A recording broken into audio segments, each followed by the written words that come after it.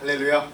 아멘. 할렐루야. 아멘. 오늘도 이 말씀의 시간, 우리 주님을 기다리는 이 대림절 기간, 우리 모두에게 주님이 주시는 귀한 위로와 소망이 함께하기를 주님의 이름으로 축원드립니다. 우리 옆에 있는 분들과 함께 이렇게 한번 인사하고 말씀의 은혜 나누겠습니다. 모두가 살게 하는 사랑만이 모든 일의 해결입니다. 시작. 모두가 살게 하는 사랑만이 모든 일의 해결입니다.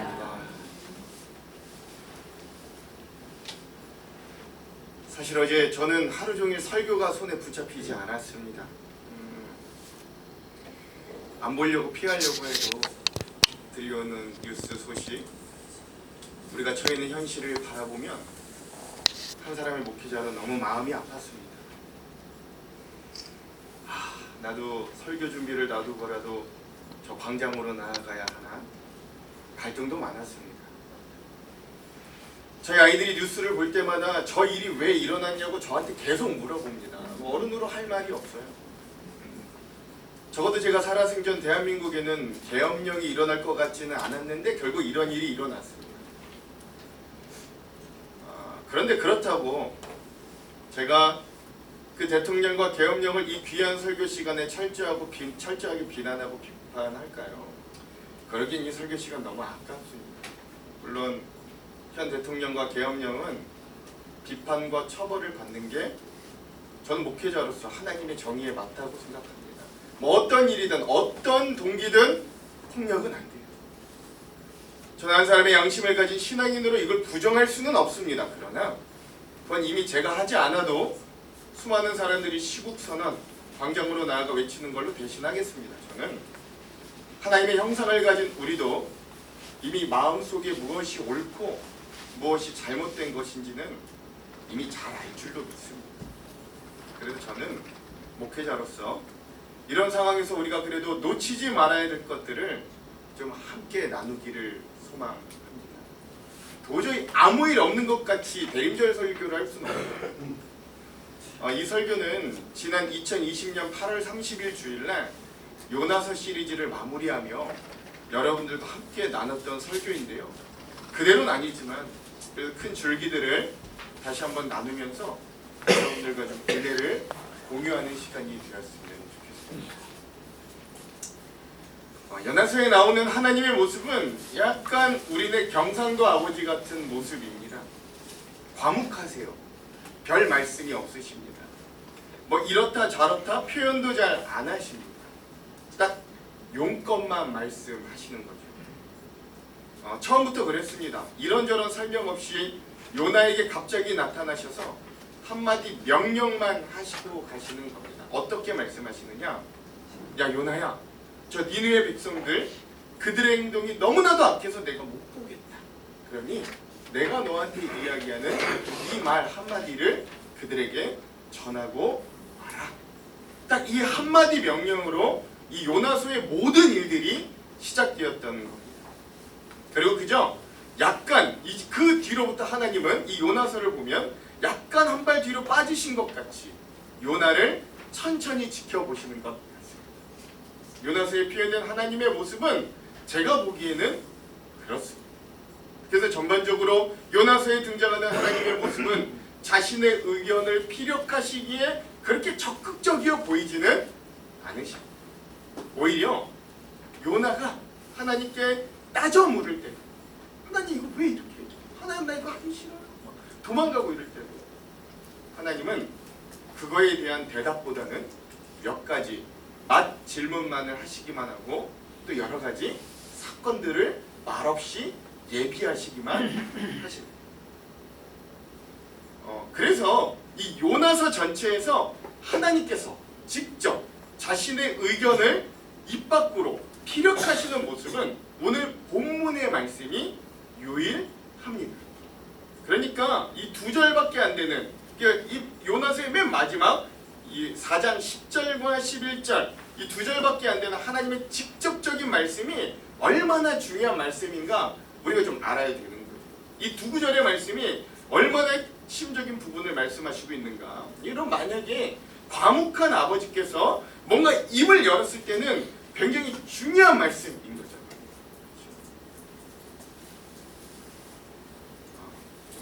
밥 먹자라고 할지라도 밥 먹는 거 얼마나 중요해요. 그렇죠? 말 없는 거예요. 밥 먹자. 그래서 다시 한번 좀 그 말씀들을 읽어봤으면 좋겠는데 오늘 하나님께서 요나에게 요나서에서 처음으로 자기 뜻을 말씀하는 처음이자 마지막인 하나님의 말씀, 우리 다 같이 오늘 본문의 11절 함께 읽겠습니다. 시작. 하물며 이 큰 성을 니느웨에 좌우를 배회하지 못한 자와 12만 명이요 가축도 많이 있나니 내가 어찌 아끼지 아니하겠느냐 하시니라.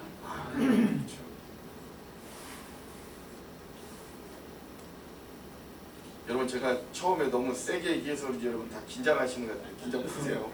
저 그렇게 막 지혜롭게 설교하지 않는 자 아닙니다. 너무 극단적으로 설교 안 하니까 긴장 푸시고 그냥 은혜를 좀 나눴으면 좋겠습니다. 오늘 이런 하나님의 말씀 가운데 담겨있는 아주 핵심적인 포인트는 무엇이냐면 한마디로 하나님은 모두가 살기를 원한다. 모두가 살기를 원한다. 꼭 이스라엘뿐만 아니라 다른 민족도 나에게는 의미가 있고 큰 민족이다 라고 할 수 있는 거죠.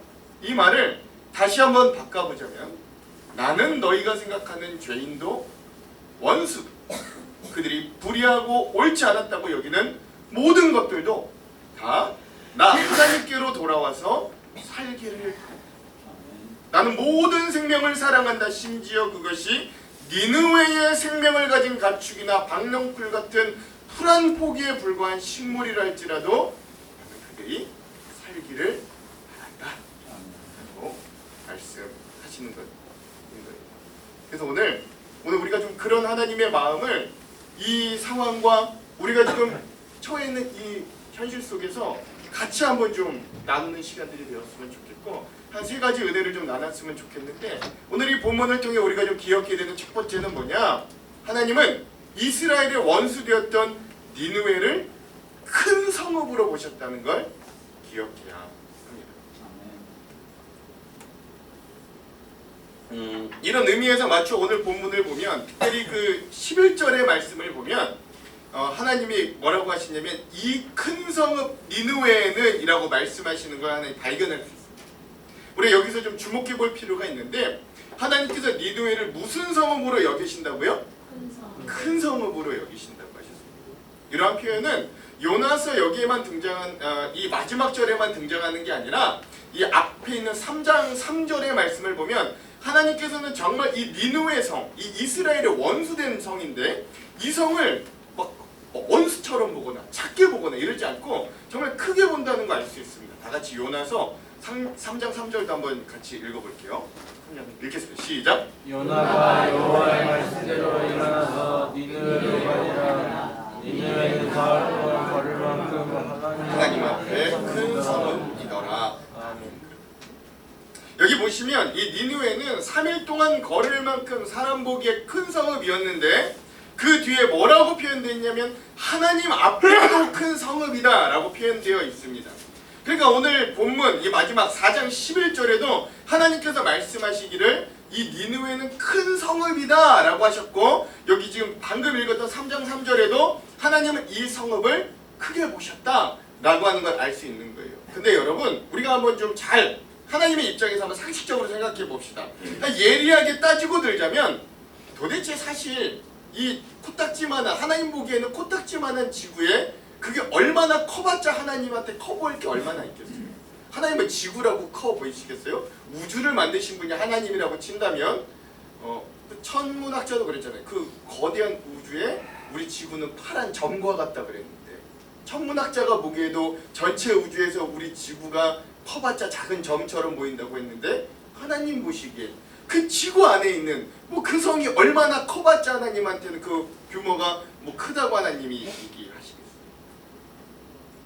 잠실에 있는 제2 롯데월드타워가 123층인데 전 세계 5번째로 제일 높은데, 그 우리나라에서는 제일 높은 빌딩인데, 그럼 그렇다고 하나님 그거 크게 보실까? 저는 결코 그렇다고 보지 않습니다.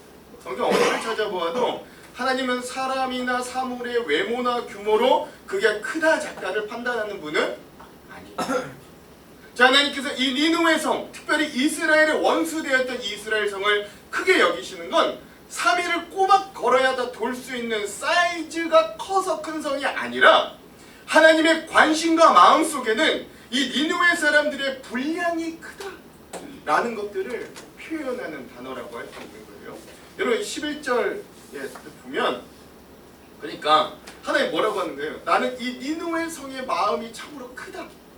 나는 이들에게 자꾸 눈길과 관심이 쏠린다 라고 말씀하십니다. 근데 그 뒤에 이유를 말씀하는데 왜 그 성을 크게 보는가? 그것도 이스라엘의 원수인데 그 이유가 두 가지인데요. 첫 번째는 그 니느웨 성에는 좌우를 분간하지 못하는 자가 몇 명이나 있어요?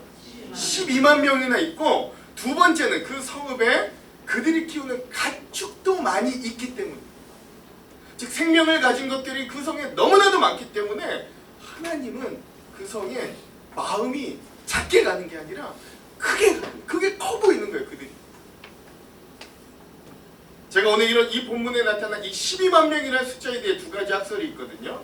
첫 번째는 좌우를 분별하지 못하는 자를 온전히 사고하도록 다 크지 못한 어린 아이들로 보는 시각들이 많이 있습니다. 이 당시 특별히 근동에서 좌우를 분간하지 못한다는 건 그저 멍청한 사람을 의미하는 게 아니라 보통 다 자라지 못한 어린 아이들, 미성숙한 청소년들, 이런 아이들을 지칭하는 흔한 표현들이라고.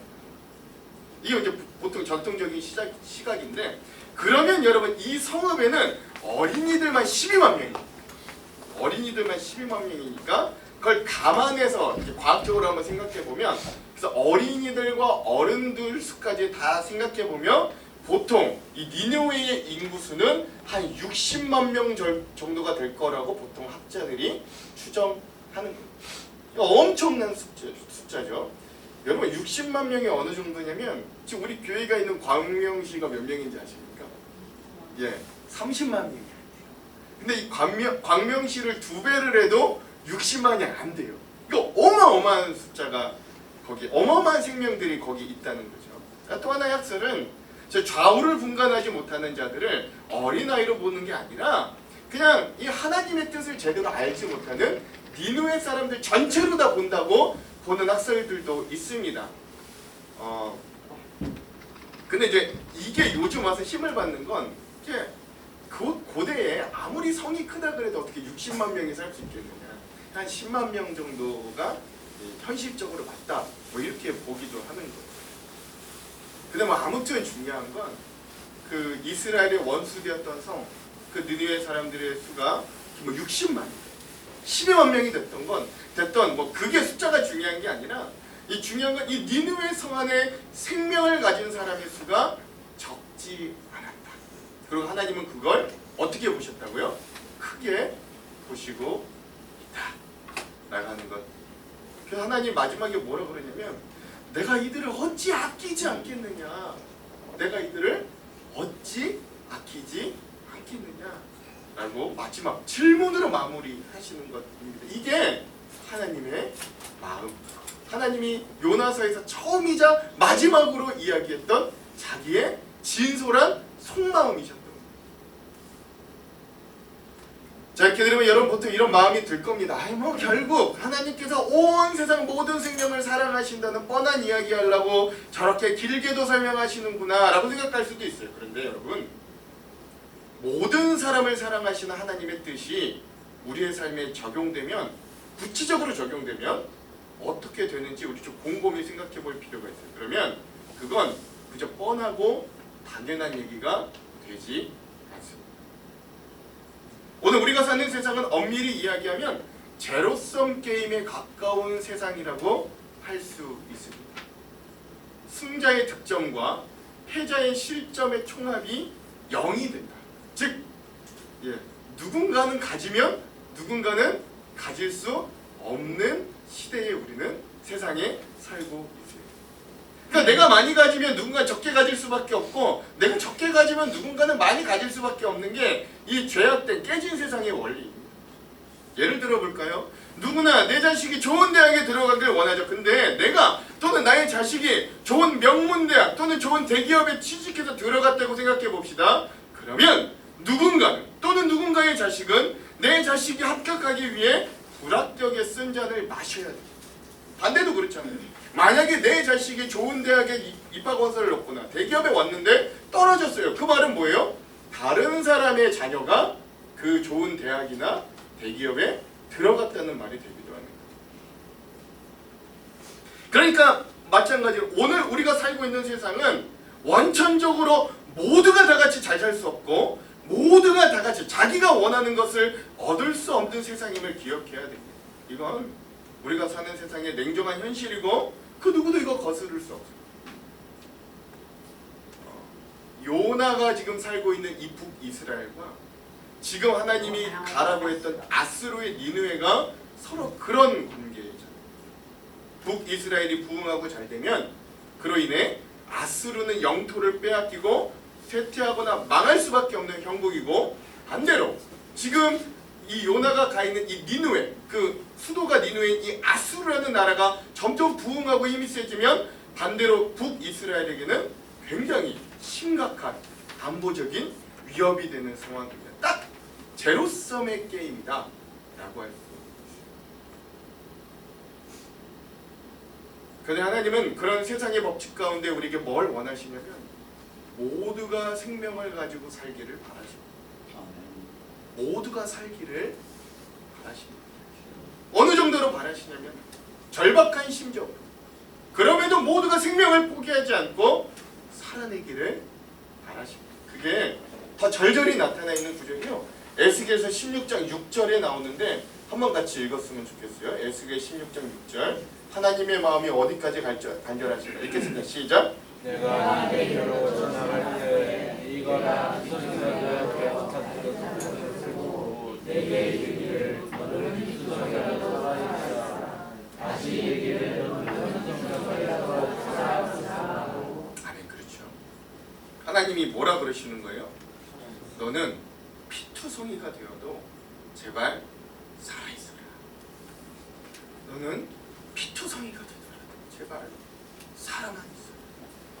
말은 이 말씀 후에 너희가 피투성이라도 살아있으면 내가 후에 와서 다시 다 닦아주고 회복시켜 주시겠다는 주님의 약속의 말씀이 등장합니다. 즉 오늘 이 제로섬 게임의 법칙 가운데 이 피투성이가 될 정도로 서로 투쟁하며 사는 우리 모두가, 그럼에도 불구하고 모두가 생명을 가지고 살기를 바라시는 이런 하나님의 뜻을 알고 받아들이면서 살기가 참으로도 어려운 것. 왜냐하면 이러한 하나님의 뜻을 온전히 받아내고 살아내려고 우리가 결단하고 마음을 먹는 순간부터, 그때부터 우리가 누리는 모든 것들이 다 불편해지기 때문에, 내가 좋은 집에 살면 살수록 그로 인해 좋지 못한 주거 환경에 있는 자들을 하나님께서 나에게 보라고 자꾸 하십니다. 내가 많은 재산을 가졌다면 하나님, 내가 많이 가져서 적게 가질 수밖에 없는 이들을 자꾸 보게 하시는 거예요. 모두 살라는 말에 그게 있는 거예요. 내가 움켜쥔 것이 많으면 많을수록, 내가 누리는 것이 많으면 많을수록 하나님은 그걸 통해 모두가 사는 데 사용하려고 우리를 압박하시는 말이 모두가 살게 하라는 말에 들어있기 때문에 그렇습니다. 그러니까 사실 요나도 막 도망치고 막 어떻게든 그거 안 하려고 했던 핵심은 뭐예요? 저 원수진 나라 때문에 내가 사랑하는 내 나라, 내가 사랑하는 내 조국이 쪼그라들거나 망하는 건 죽기보다 싫은 거죠. 지금 하나님은 거기 가서 막 하나님의 말씀 회개를 전파하라고 하는데 차라리 저들이 그냥 하나님 말씀 끝까지 안 듣고 죽고 망하고 우리나라가 잘 사는 게 요나가 지금 바라고 있는 그 마음의 가장 큰 핵심 아니겠어요? 그런데 하나님은 저 이스라엘의 원수 같은 나라 사람들도 사랑하십니다. 크게 보시고 애달파 아파하십니다.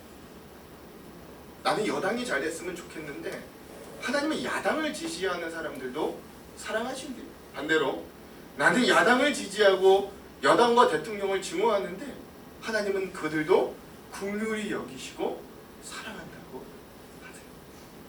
그가 여당이든 그가 야당이든 그 누구도 안 망했으면 좋겠다는 게, 살아있으면 좋겠다는 게 하나님의 마음입니다. 이런 하나님의 말씀이 이 환경 가운데 있는, 이 상황 가운데 있는 요나의 입장에서 용서하고 드릴게요. 어떻게 환장하지 않을 수 있겠어요? 그거 어떻게 있는 그대로 받아들일 수 있겠어요? 쟤네가 잘 되면 내가 망합니다. 그리고 어찌 요 나 같은 사람들이 그런 하나님의 뜻을 쉽게 이해하고 받아들일 수 있겠습니까? 그럼에도 불구하고 이 증오의 시대, 서로가 서로를 죽이지 않으면 안 돼버린 이 현실에 우리 이런 하나님의 마음을 애써 기억할 수 있는 우리 귀한 성도들이 되시기를 주님의 이름으로 축원합니다. 하나님은 니느웨를 어떤 성으로 보셨다고요? 큰 성으로 보셨다. 우리 옆에 있는 분들과 함께 이렇게 한번 도전해 봅시다. 하나님에게는 나 말고도 생명 있는 모두가 큰 성읍입니다. 시작. 하나님에게는 나 말고도 생명 있는 모두가 큰 성읍입니다. 여러분 이거 꼭 한번 기억하세요. 둘째, 하나님은요 우리에게 뭐라고 말씀하시냐면 우리의 마음을 우리의 소유에만 두지 말라고 하시는 하나님의 마음도 기억할 수 있어요. 하나님이 이렇게 마지막 이 12만 명이나 되는 저들 내가 어찌 저들을 아끼지 않을 수 있겠냐라고 말씀하시기 전에 요나에게 자기의 마음을 알려주시기 위해 먼저 이렇게 이야기하시거든요. 오늘 본문의 앞선 9절과 10절인데 한번 같이 읽겠습니다. 시작. 하나님이 요나에게 이르시되 내가 이 박넝쿨로 말미암아 성내는 것이 어찌 옳으냐 하시니 그가 대답하되 내가 성내어 죽기까지 할지라도 옳으니이다 하니라. 여호와께서 이르시되 내가 수고도 아니하였고 재배도 아니하였고 하룻밤에 났다가 하룻밤에 말라버린 이 박넝쿨을 아꼈거늘. 아멘. 그렇죠. 여러분 요나가요 어떻게 했었어요? 요나가 대충 그 성 3일 돌아야 된다 그랬잖아요. 근데 하루 밤낮을 잠깐 돌고 막 대충 야 하나님이 니네 회개 안 하면 망한대. 야 니네 하나님이 회개 안 하면 망한대. 난 전하라고 해서 전했다. 뭐 이런 식으로 그냥 밤낮을 돌아서 전했거든요. 그리고 나서 그 니누의 높은 곳에 올라가 앉아 있는 거예요. 그리고 이제 팔짱 끼고 지켜보는 거예요. 저 사람들 모여서 회개하나 안 하나 보자. 안 할 거야. 망할 거야. 하나님 멸망시킬 거야. 아마 이런 마음으로 지금 니누의 높은 산에 올라가서 그 성이 어떻게 될지를 이제 바라보고 있는데 뜨거운 거예요. 햇볕이 뜨거운 거예요. 그러니까 이제 대충 초막을 이제 대충 지어놓고 거기에 이제 거기서 이제 잠을 자고 있었는데 원래 그래서 요나가 그 초막 그 뜨거운 햇볕을 피하려고 지었던 초막을 지을 때 박넝쿨이 없었습니다. 근데 요나가 자고 일어나 보니까 하나님이 은혜를 주셔서 그 초막에 박넝쿨이 이렇게 쌓여서 완전히 햇볕을 차단하게 아주 좋은 그늘을 만들어 주셨던 거예요. 근데 그리고 난 이후에 하나님이 뜨거운 동풍을 불게 하셔서 그 박넝쿨을 다시금 상하게 만드시는 거예요. 뺏어 가시는 거예요. 그랬더니 요나가 이제 막 화를 내기 시작합니다. 근데 여러분 기억해야 될 건 요나가 처음 이 초막을 지었을 때 박넝쿨이 있었어요? 없었어요? 없었어요. 원래 없었는데 잠시나마 하나님이 그에게 주신 것. 근데 요나는 지금 그것을 없애버린 하나님께 따지는 거예요. 화를 내죠. 그리고 하나님께서는 그 화를 내는 이 요나가 황당해서 이렇게 물어보십니다. 야 지금 이 박넝쿨 때문에 요나 네가 하나님인 나에게 성내는 게 옳으냐? 하나님 물어보시는 거예요. 그랬더니 요나가 뭐라고 대답해요? 옳아요. 내가 옳아요 하나님. 죽기까지 옳아요 말하는 거예요. 그러니까 이렇게 말 옳아요. 하나님 내가 옳아요. 내 뜻, 내 신념, 내 정치 색깔, 내 지식, 내 믿음, 내 성향 그거 옳아요. 하나님도 내 오름 안에 거하시지 않으면 하나님도 틀린 거예요. 이 말은 내가 죽기까지 옳아요 지금 말하고 있는 거예요. 그러니까 한마디로 요나는 하나님은 왜 나만의 소유가 되지 않냐고 항변하는 거예요. 좀 내가 원하면 원하는 대로 좀 가게 해주세요. 하나님 좀 제발 나를 좀 따라오세요. 도대체 왜 나를 안 따라오시는 거예요? 나는 내가 아무리 생각해도 내가 옳은데 내가 죽기까지 옳은데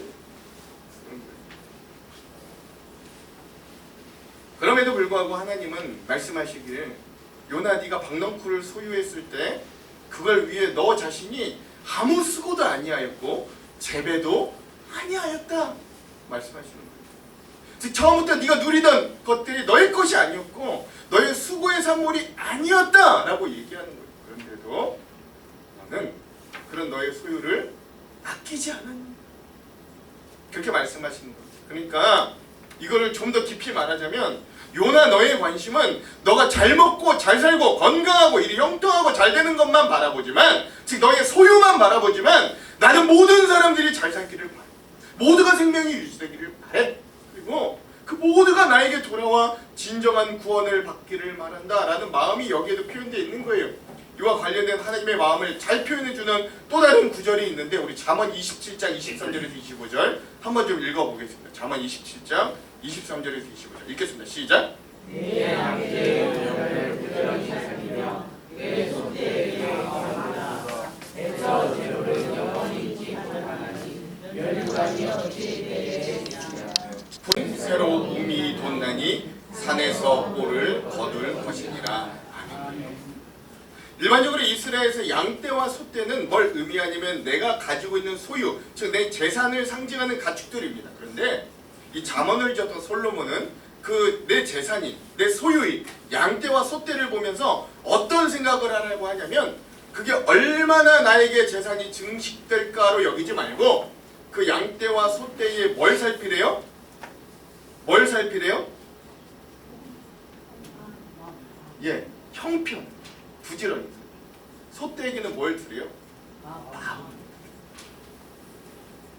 왜냐면 그래서 그 양떼와 소떼를 재산으로만, 소유로만 보지 말고 그들에게 정성을 다해 돌보아 그들의 생명을 유지하게 하라고 하는 거예요. 왜냐면 재물이 영원히 있지 못하고 인생의 최후 면류관은 우리에겐 그 재산이 아니기 때문에 죽으면 못 가져가요. 그래서 제일 중요한, 그리고 25절의 말씀이 등장하는데 하나님께서 만든 이 세상은 풀을 벤 후에도 새로 움이 돋아서 모든 사람들이 일용할 것으로 먹고 살 수 있도록 우리의 삶에 필요를 제공해 주시는 분이 하나님이라는 걸 기억해야 돼요. 풀을 베도 또 풀은 나게 하시나요? 그게 어느 정도냐면 모두가 욕심내지 않고 먹었을 때 모두가 딱 배불리 먹고 남길 것이나 쌓을 것이 없을 정도. 여러분 생각해보면 오병이어때 5만 명, 물론 이제 5천 명이죠. 5천 명이 먹고도 12광주리가 남았을 만큼 말이죠. 뭐예요? 거의 딱 맞았다는 거죠. 그 정도로 하나님은 우리 모든 세상을 경영하시고 생명이 살도록 우리에게 제공해 주시는 하나님이다라는 걸 알 수 있습니다. 근데 우리의 마음이 양떼와 소떼의 형편과 안색을 살피지 않고 어떻게든 내가 더 많이 가지고 어떻게든 내가 더 좋은 것을 누리려고 하니까 아직도 이 21세기에도 세계 곳곳에 굶어 죽는 사람들이 부지기수로 생겨나고 사회는, 국제 질서는 점점 더 경쟁이 심화되는 지옥을 우리가 스스로 만들고 있다는 것도 기억할 수 있어요. 우리에게 그런 원죄가 있음을 기억해야 합니다. 그럼에도 불구하고 하나님은 여전히 우리 모두가 생명이 풍성하기를 바라십니다. 처음 아담과 하와를 만드시고 처음으로 하셨던 명령도 생육하고 번성하라 라는 명령이셨고, 아까도 보았지만 피투성이가 되어도 제발 사람만은 있으라. 곧 회복시켜 줄 테니 그 목숨, 그 생명 포기하지 말고 살아만은 있으라고 그 생명줄을 붙잡아 두시는 분이 바로 우리 하나님이시라는 걸 여러분 우리가 좀 기억할 필요가 있습니다. 오늘 우리가 이 요나서의 마지막 결론 부분을 다시 한번 깊게 묵상해 보면서 그런 하나님을 발견해 보시기를, 그런 하나님의 마음을 찾아보시기를 저는 목회자로 간절히 소망합니다.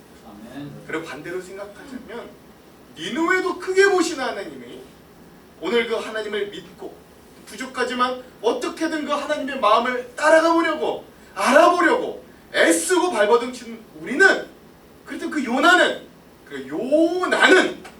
얼마나 사랑하시겠어요. 그리고 그러한 우리의 생명도 역시 하나님이 풍성해지기를 바라실 겁니다. 심지어 오늘 우리의 모습이, 오늘 우리의 현실이 피투성이라고 할지라도 하나님은 우리가 살아있기를 바라는 것입니다. 그러므로 오늘 우리는 나의 옳음, 나의 정의, 나의 소유에만 관심을 가지지 말고 믿음의 눈을 들어 동서남북을 바라보며 모두가 살게 하는 이 하나님의 마음을 품는 우리 공동체가 되길 주님의 이름으로 축원합니다. 우리 옆에 있는 분들과 함께 이렇게 한번 인사합시다. 믿음의 눈을 들어 동서남북을 바라보고 모두가 살게 합시다. 시작. 믿음의 눈을 들어 동서남북을 바라보고 모두가 살게 합시다. 자, 마지막 세 번째. 그래서 우리를 모든 생명을 살리는 일꾼으로 끝까지 만들어 가시는 하나님을 기억해야 됩니다. 모두가 살기를 바라시는 하나님은 오늘도 여전히 나만 잘 되기를 바라는 우리의 옛사람과 모두를 살게 해야 된다는 우리의 새 사람이 부딪히게 하십니다. 그래서 예수님을 믿으면 믿을수록 사실은 불편해지고 쉽지 않은 게 사실입니다. 예전에는 아무 생각 없이 즐겼고, 예전에는 아무 생각 없이 내 이익과 내 능력과 내 뜻대로만 살다가 예수님을 진짜 믿으면 이게 다 부딪히게 돼요.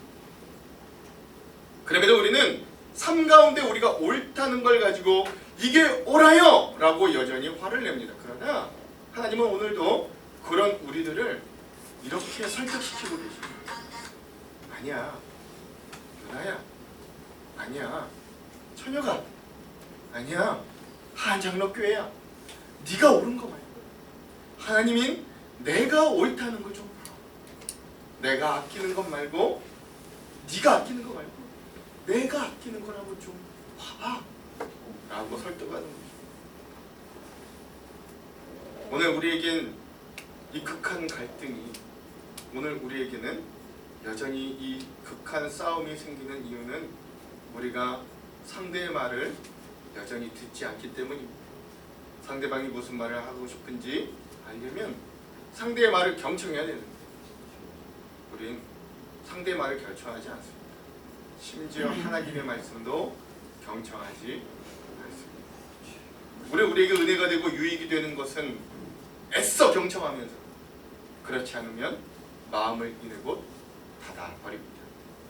내 마음대로 되지 않기 때문에 세상이 내 뜻대로 되어야 한다고 하고 하나님마저 내 뜻대로 움직여주기를 바라는 우리의 죄성과 악함이 여전히 우리에게 가득하기 때문입니다. 그러나 그럼에도 그런 우리를 하나님은 끝까지 사랑하십니다.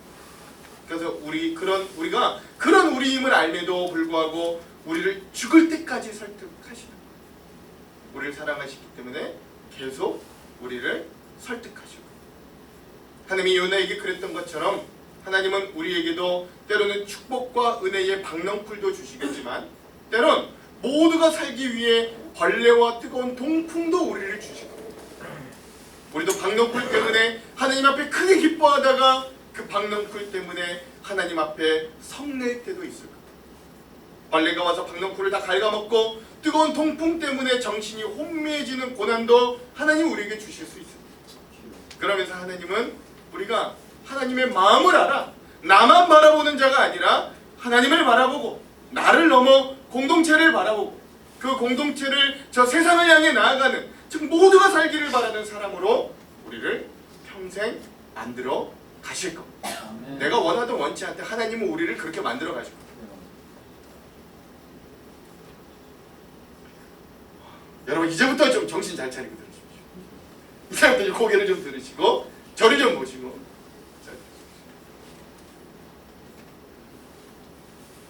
오늘날 우리 한국교회와 기독교 신앙은 하나님을 배우고 하나님 앞에서 자라나는 싸움에 대부분 실패했습니다. 외적 성장과 자랑을 앞세워 타락했습니다. 세상 사람과 믿는 사람들의 차이가 전혀 없는 모습은 너무나도 쉽게 찾아볼 수 있고, 그 안에 하나님이 계시지 않음을 느낄 때도 너무나도 많았습니다. 그래서 우리는 사실 통렬히 회개해야 합니다. 시대 정신은 사라져가고 욕망이 우리 모두의 삶을 집어삼키고 있을 때 우리 그리스도인들도 정신없이 또한 믿음 없이 그리고 가장 치명적으로 여전히 우리도 사랑 없이 세상을 대했고 가정을 대했고 서로를 대했습니다.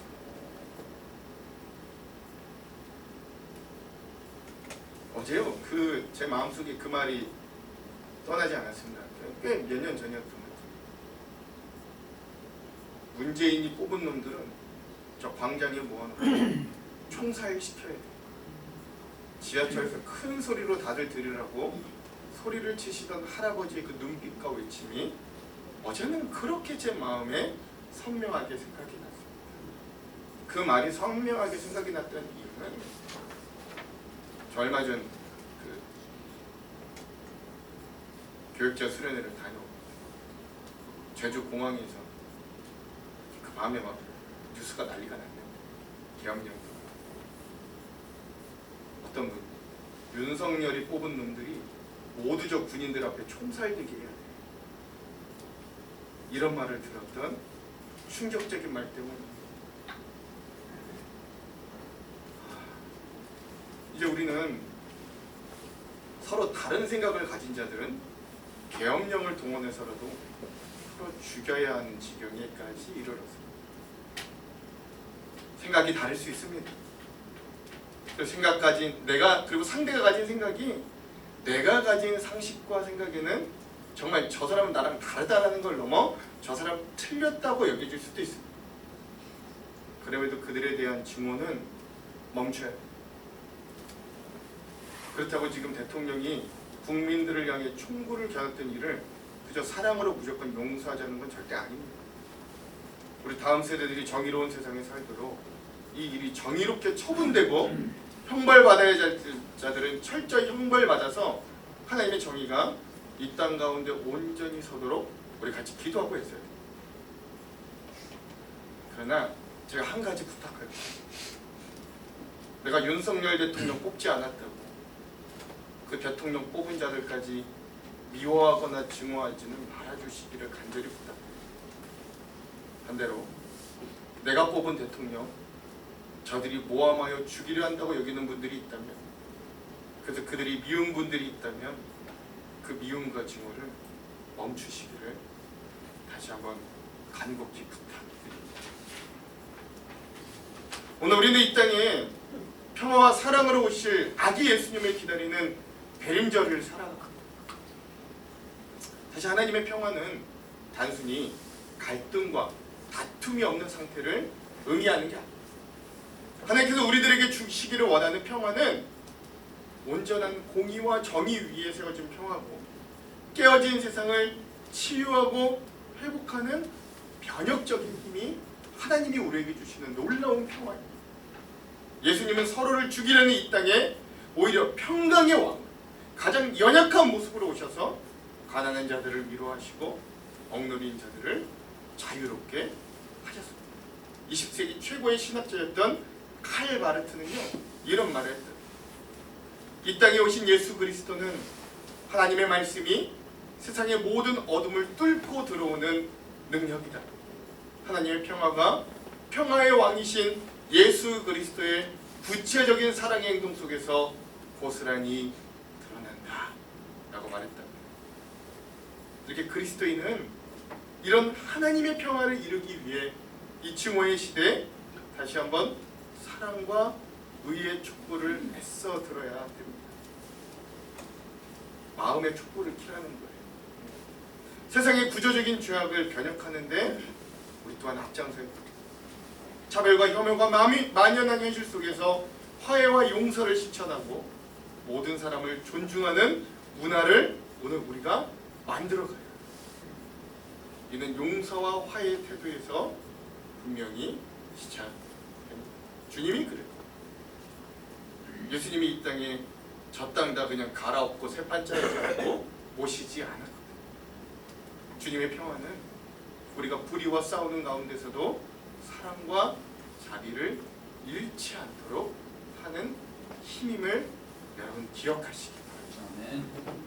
하나님은 우리가 좋은 대학과 직장에 들어가고 돈 벌고 건강하게 잘 먹고 잘 사는 것보다는 우리 자신의 존재가 먼저 하나님께서 원하시는 존재로 변화되기를 바라고 그런 우리의 삶이 거룩한 삶으로 한 걸음씩 나아가는데 사실 하나님의 관심은 더 있습니다.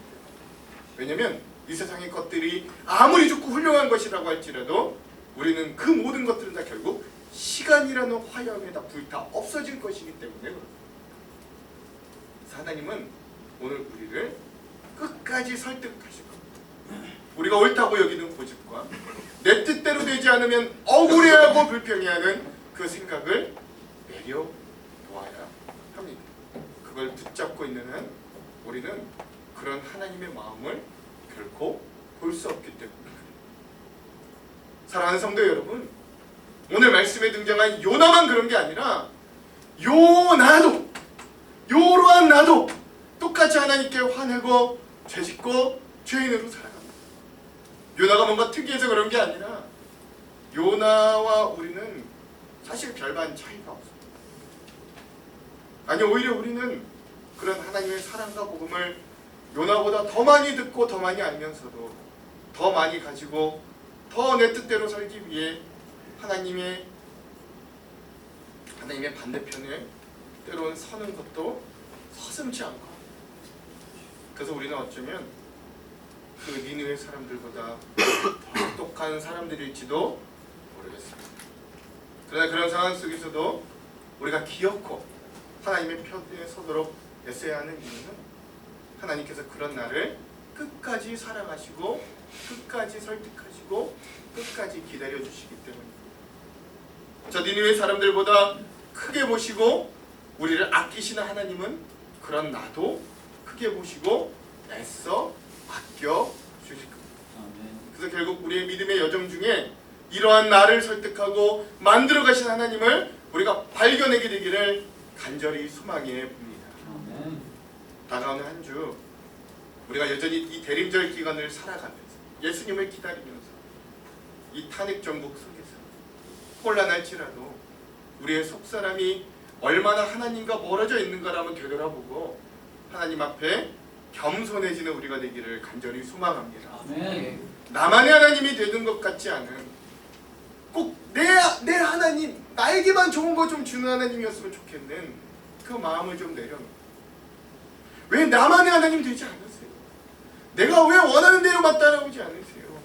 라고 하는 분노와 불평의 마음, 강팍하게 했던 그 마음들을 주님 앞에 내려놓으십시오. 우리에겐 사실 이 모든 것을 누릴 자격도 능력도 처음부터 없었음을 기억하십니다. 그럼에도 요나를 책망하지 않으시고 끝까지 이렇게 설득하시는 하나님의 사랑에 오늘 우리가 의지하며 나아가기를 소망합니다. 다가오는 한 주 우리가 그런 하나님의 뜻을 완전히 헤아리며 살 수는 없겠지만 작게 나며 사랑으로 순종하며 살 수는 있습니다. 나를 향한 그 원대한 하나님의 뜻과 사랑하심을 기억하며 오늘도 하나님 앞에 한 걸음 한 걸음 묵묵히 순종하며 나아가는 저와 여러분, 그리고 하나님의 소유된 백성으로 고군분투하며 애쓰는 저와 여러분, 우리 대림절 기간 되기를 주님의 이름으로 축원합니다. 축원합니다.